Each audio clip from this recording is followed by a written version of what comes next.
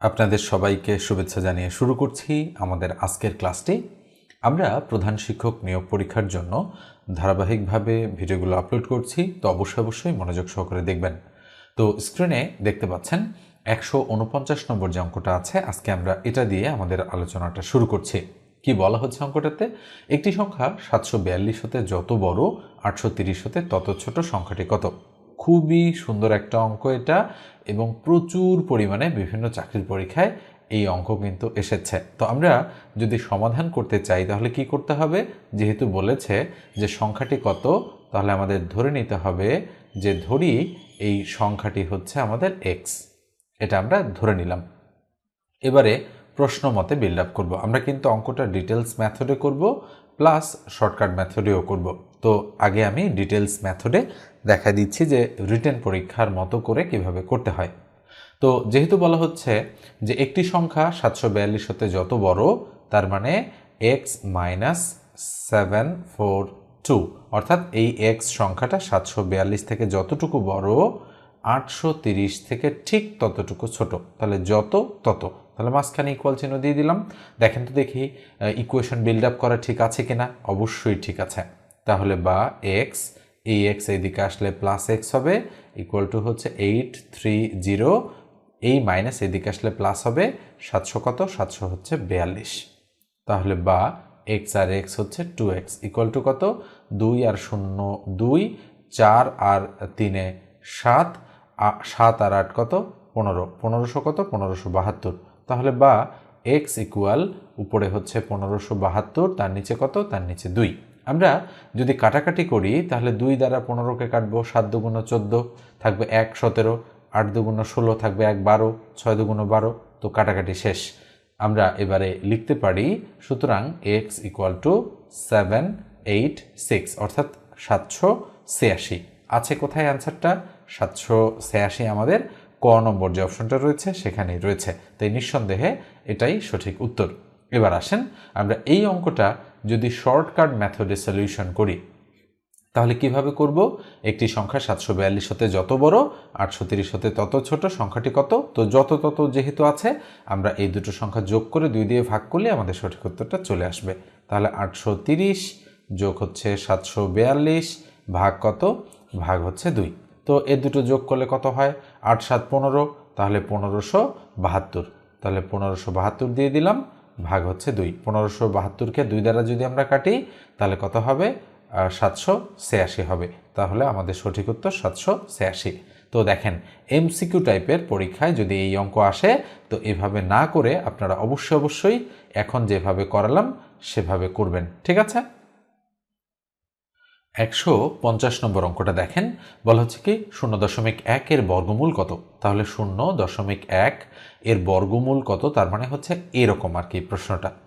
তো বর্গমূল করার সময় আমরা সাধারণত জোড়া জোড়া হিসাব করি, কেননা বর্গমূল জিনিসটাই জোড়া জোড়া সম্পর্কিত। যেমন আমি যদি বলি 25 একটা বর্গ সংখ্যা, কেননা 5 গুণন 5 মিলে 25 হয়, অর্থাৎ 5-এর উপর স্কোয়ার মানে হচ্ছে 25। তার মানে বর্গমূলের সাথে জোড়া জোড়ার একটা সম্পর্ক রয়েছে। এই জন্য আমরা করব কি 0.1 মানে 0.10, এইভাবে আমরা হচ্ছে 0 দিয়ে এটাকে ফিল করে দিতে পারি। আমরা চাইলে কিন্তু আরও 0 দিতে পারি, তবে জোড়া জোড়া 0 দিলে আমাদের জন্য সুবিধাজনক। তাহলে 0.1 মানে 0.100000, আমরা যত খুশি 0 দিয়ে নিতে পারি। তো এবার আসেন আমরা হচ্ছে বর্গমূল করছি। কি করব এটাকে? আমরা যেটা করব সেটা হলো, আমরা মূল যে নিয়মটা 1 0 0 এভাবে আমরা টান দিয়ে বর্গমূল করতে চাই। তাহলে এটা হচ্ছে 1 জোড়া, এটা হচ্ছে 1 জোড়া। তাহলে 0 আছে, 0 বসাই দিলাম। 10-এর কাছাকাছি বর্গ সংখ্যা আছে কত? 9, তাহলে 3 তিরিখা 9, 3 আর 3 গুণ করলে 9 হবে। অবশিষ্ট থাকবে কত? 1। এই দুটো আমরা এখানে কেটে নামালাম, নামার সময় 1 জোড়াই নামবে। 3-এর ডাবল কত? 3-এর ডাবল 6। তাহলে যদি আমি 2 দেই তাহলে 62 দুগুণ 124 বেশি হয়ে যাচ্ছে। যদি 1 দেই, 61 1 61 হবে, তাহলে দিয়ে দিলাম 61। অবশিষ্ট থাকবে কত? অবশিষ্ট থাকবে 39। তো আমরা দেখতে পাচ্ছি 2 ঘর অলরেডি হয়ে গিয়েছে। অ্যান্সারে আমাদের কিন্তু 2 ঘর করেই রয়েছে। এটাতে 1 ঘর, এটাতে 2, এটাতে 2, এটাতে 2। বলেন তো দেখি 0.31 কোনটার সাথে সামঞ্জস্যপূর্ণ? অবশ্যই ঘ নম্বর অপশনের সঙ্গে সামঞ্জস্যপূর্ণ, তাই এটাই আমাদের অ্যাপ্রোপ্রিয়েট অ্যান্সার। নিঃসন্দেহে আপনারা বুঝতে পেরেছেন যে আমরা কিভাবে বর্গমূলটা করলাম। এবারে প্রাইমারি শিক্ষক নিয়োগ পরীক্ষার একটা প্রশ্ন দেখেন, মোটামুটি ইজি প্রশ্ন বলা চলে এগুলোকে, কেননা এগুলো কিন্তু হচ্ছে সমাধানের অঙ্ক, জাস্ট বামেরটা ডানে ডানেরটা বামে নিয়ে আসলেই হয়ে যায়। তো এখানে গুণের সম্পর্ক আছে, আমরা আগে প্রশ্নটা তুলি। 2 + x তার সাথে +3 আছে ইকুয়াল 3 × x + 2 আছে। তো আমরা কি করতে পারি দেখেন, বা তাহলে 2 + x + 3, কেননা মাঝখানে প্লাস আছে, এই 3 দ্বারা তো আর এই দুটোকে গুণ হবে না, তাই না? তাহলে ইকুয়াল 3 আর x গুণ করলে 3x + 3 × 2 কত 6, তাহলে বাকি হবে 3 আর 2 5। তাহলে আমরা বলতে পারি x + 5 = 3x + হচ্ছে 6। তাহলে বা এই x এদিকে থাকলো, এই 3x এদিকে আসলে -3x হচ্ছে ইকুয়াল 6, এই 5 এদিকে আসলে -5 হচ্ছে। তাহলে বাকি দাঁড়াচ্ছে -2x = 1। তো সুতরাং আমরা বলতে পারি x = -1/2, অর্থাৎ এই মাইনাস সহ এটা চলে এসেছে। মাইনাস এই 2 এর সাথে দেওয়া আর মাঝখানে দেওয়া একই কথা। দেখেন তো কোথায় আছে উত্তরটা, আমরা দেখতে পাচ্ছি ঘ নম্বর অপশনে কিন্তু হচ্ছে -1/2 রয়েছে, তাই এটাই আমাদের অ্যাপ্রোপ্রিয়েট অপশন। এ পর্যায়ে বলি, যারা চ্যানেলে নতুন, যদি প্রয়োজন মনে করেন অবশ্যই চ্যানেলটা সাবস্ক্রাইব করে দেবেন। 152 নম্বর অঙ্কটা দেখেন, অজানা সংখ্যাটি কত আমাদের কাছে জানতে যাচ্ছে। 4, 6, 9, 6, 14, 6। তাহলে এখানে হচ্ছে ডাবল ডাবল ধারা রয়েছে। যদি একটু ভালো করে খেয়াল করেন দেখেন, এক ঘর পর প্রত্যেকটা ঘরে কত কত আছে, প্রত্যেকটা ঘরে আমাদের 6 6 করে আছে। তাহলে আমরা একটু গ্যাপটা হিসাব করি। 4-এর পরে 9, 9-এর পরে 14, 14-এর পরে কত হবে সেটা আমরা বের করব। তাহলে 4-এর পরে 9 কত বৃদ্ধি পেয়েছে 5, 9-এর পরে 14 কত বৃদ্ধি পেয়েছে 5, তাহলে 14-এর পরে অবশ্যই 5 বৃদ্ধি পাবে। 14 আর 5-এ কত হবে, অবশ্যই 19 হবে। তাহলে 19 কি আছে উত্তরে? আমরা দেখতে পাচ্ছি খ নম্বর অপশনে 19 রয়েছে, তাই এটাই আমাদের সঠিক উত্তর। এরকম ডাবল ধারা অনেক সময় থাকতে পারে, তো এইভাবেই কিন্তু আপনাদের বিষয়টা বুঝে তারপরে হচ্ছে অ্যান্সার করতে হবে। এবারে এই অঙ্কটা দেখেন কি বলা হচ্ছে, 10% হার মুনাফায় 2000 টাকার 2 বছরের চক্রবৃদ্ধি মূলধন নিচের কোনটি? খুবই সুন্দর একটা অঙ্ক এটা। আমরা সূত্রের সাহায্যেও এই অঙ্কটা করতে পারি, আবার ম্যানুয়ালিও হচ্ছে আমরা এই অঙ্কটা করতে পারি। তো আমি যদি সূত্রের সাহায্যে আপনাদেরকে মানে হচ্ছে অঙ্কটা করে দেখাই, তাহলে দেখেন চক্রবৃদ্ধি মূলধন মানে বের করার সূত্র কি?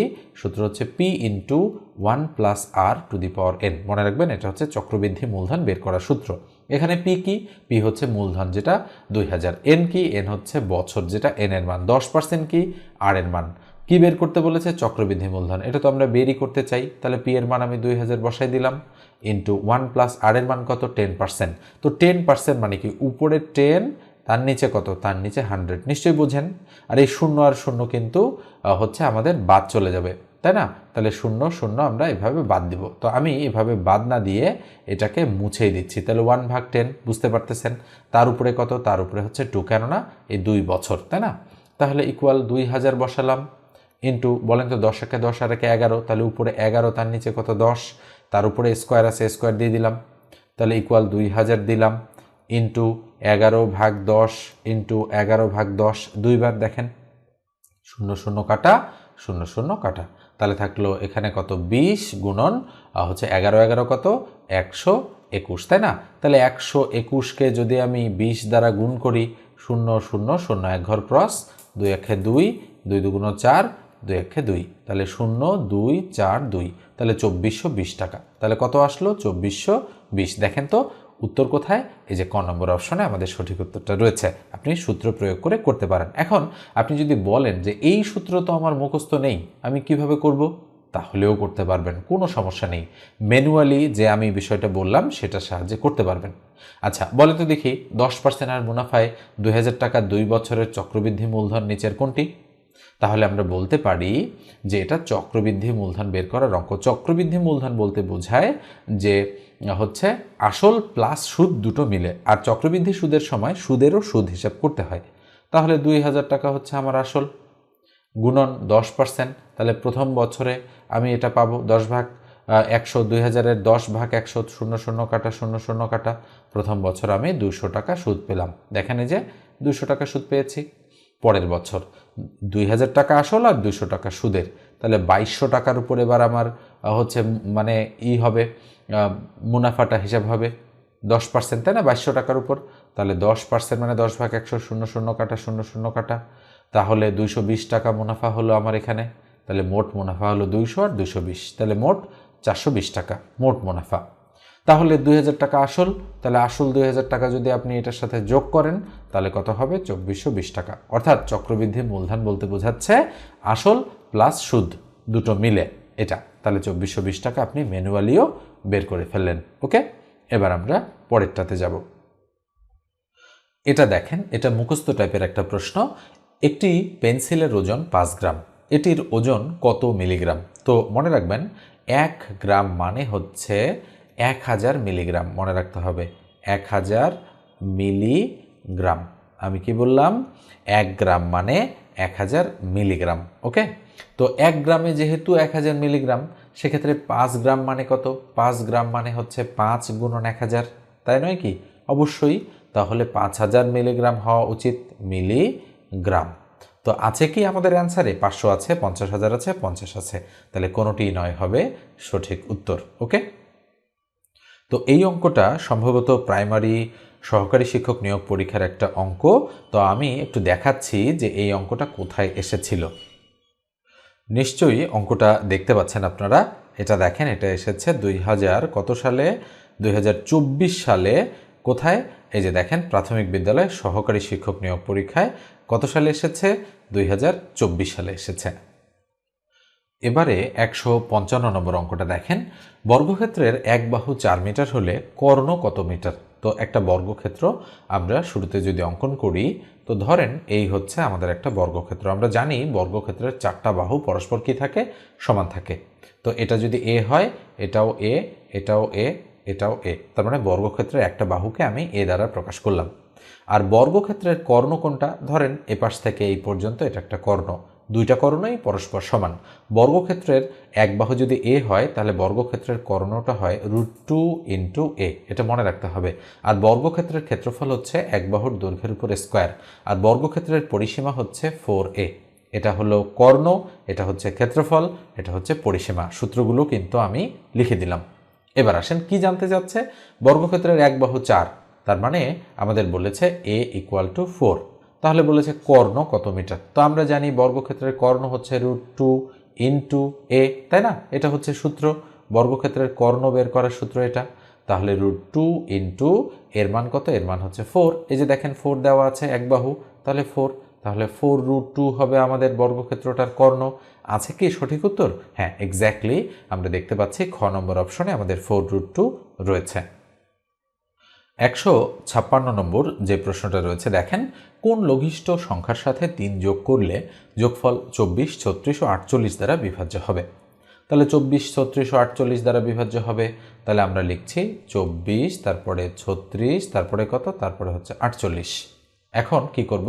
আমরা এখন লসাগু করে দেব। তাহলে 2 দ্বারা 12 × 2 = 24, 18 × 2 = 36, আর 24 × 2 = 48, আবার 2 দ্বারা 6 × 2 = 12, 9 × 2 = 18, 12 × 2 = 24, আবার 2 দ্বারা 3 × 2 = 6, 9 9 থাকলো, 6 × 2 = 12, এবার 2 দ্বারা যায় না, এবার 3 দ্বারা, 3 × 1 = 3, 3 × 3 = 9, 3 × 2 = 6। তাহলে লসাগু কত হলো বলেন তো? 2 × 2 × 2 × 3 × 3 × 2। এই এক আমরা নিলাম না, কেননা এক দ্বারা যাকে গুণ করব সেটাই হবে। 2 × 2 = 4, 4 × 2 = 8, 3 × 8 = 24, 3 × 24 = 72, 72 × 2 = 144। তাহলে 144 আসলো আমাদের কি? লসাগু। যেহেতু বলেছে কোন লঘিষ্ঠ সংখ্যার সাথে 3 যোগ করলে, তো এই ধরনের অঙ্কে আমরা যেটা যোগ করতে বলে সেটা বিয়োগ করে দেই লসাগু থেকে। তাহলে থাকবে কত? 141। তো 141 খ নম্বরে রয়েছে, তাই এটাই আমাদের সঠিক উত্তর। এখন দেখেন 24 দ্বারা যদি আপনি হচ্ছে মানে 141-এর সাথে যদি আপনি 3 যোগ করেন, যোগ করে 144 হবে। এটাকে 24 দ্বারা, 36 দ্বারা এবং 48 দ্বারা নিঃশেষে বিভাজ্য হবে। ঠিক আছে, এই হচ্ছে মূলত এই ধাঁচের অঙ্ক। তো আজকের আলোচনা এই পর্যন্ত রাখছি, দেখা হচ্ছে পরের আলোচনায়। সে পর্যন্ত ভালো থাকবেন, সুস্থ থাকবেন।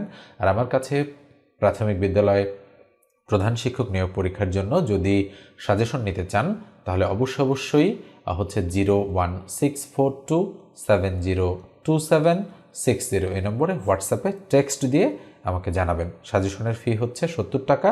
এটা পিডিএফ একটা সাজেশন।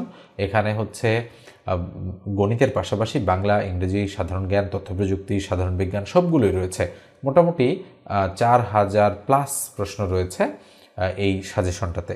আর গণিতগুলো তো আমি ধারাবাহিকভাবে মানে পার্ট বাই পার্ট আকারে ইউটিউবে আপলোড করেই দিচ্ছি। এখান থেকে আপনাদের গণিতের প্রস্তুতিটা হচ্ছে একেবারেই মানে অনেকাংশেই হয়ে যাচ্ছে। ঠিক আছে, তো যদি নিতে চান তাহলে অবশ্যই এই নম্বরে হোয়াটসঅ্যাপে টেক্সট দিয়ে আমাকে জানাবেন। তবে সাজেশন মানে এই নয় যে শতভাগ কমনের নিশ্চয়তা, যেহেতু সিলেবাস অনুযায়ী তৈরি করা হয়েছে, বেশ কিছু প্রশ্ন আপনি এখান থেকে কমন পেয়ে যাবেন, এটা নিঃসন্দেহে বলা যায়।